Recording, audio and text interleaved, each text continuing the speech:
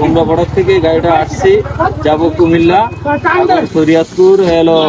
আসার পরে রাস্তা ভাঙার কারণে আমার অ্যাক্সেল ভেঙে টিউব ভেঙে আমি রাস্তায় পড়ে আছি।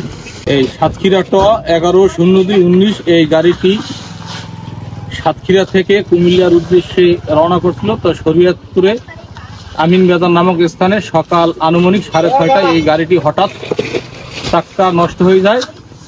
নষ্ট হয়ে যাওয়ার পরে আমরা সাথে সাথে খবর পাওয়ার সাথে সাথে আমরা জায়গায় থানা পুলিশ, ট্রাফিক পুলিশ আমরা জায়গায় উপস্থিত হই এবং ছোট ছোট গাড়িগুলো আস্তে আস্তে আমরা চালানোর জন্য চেষ্টা করতেছি, কিন্তু বড় গাড়িগুলো এখন পর্যন্ত না সরানো পর্যন্ত এগুলা যাতায়াত ব্যবস্থা করতে পারবে না। আর এই গাড়িটি আমাদের শরীয়তপুরে আমাদের নিজস্ব কোনো রেকার নাই, আমরা মাদারীপুর থেকে আমরা রেকার খবর দিচ্ছি, রেকার আমাদের আসতেছে। দ্রুত সম্ভব এই গাড়িটা আমরা সরাইয়া রাস্তা আমরা স্বাভাবিক করে দিতে পারবো। পাবলিক পরিবহন ট্রাক, এই ট্রাকটা হলো লোড প্রায় 16-17 টন চাউল বোঝাই, প্রায় 20 টনের মতোই হবে। কিন্তু এটা আপনার আসার পথে অ্যাক্সেল ভাঙে টিউব থেকে চাক্কা আউট হয়ে যায়। আউটের কারণে পুরো রাস্তা ডান থেকে বাম থেকে প্রায় 8 থেকে 10 কিলো রাস্তা পুরো ব্লক হয়ে যায়। সেই সকাল ভোর 5টা থেকে এখন প্রায় 11টা-12টা বেজে গেছে, তখন পর্যন্ত রাস্তা ক্লিয়ার করা সম্ভব হয়নি। সকাল থেকে আমাদের পরিবহন এই রাস্তায় বন্ধ রয়েছে এই ভাঙ্গার কারণের জন্য।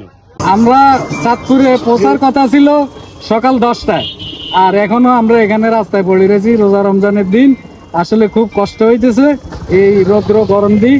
তা আশা রাখি প্রশাসন এই বিষয়গুলি দেখবে।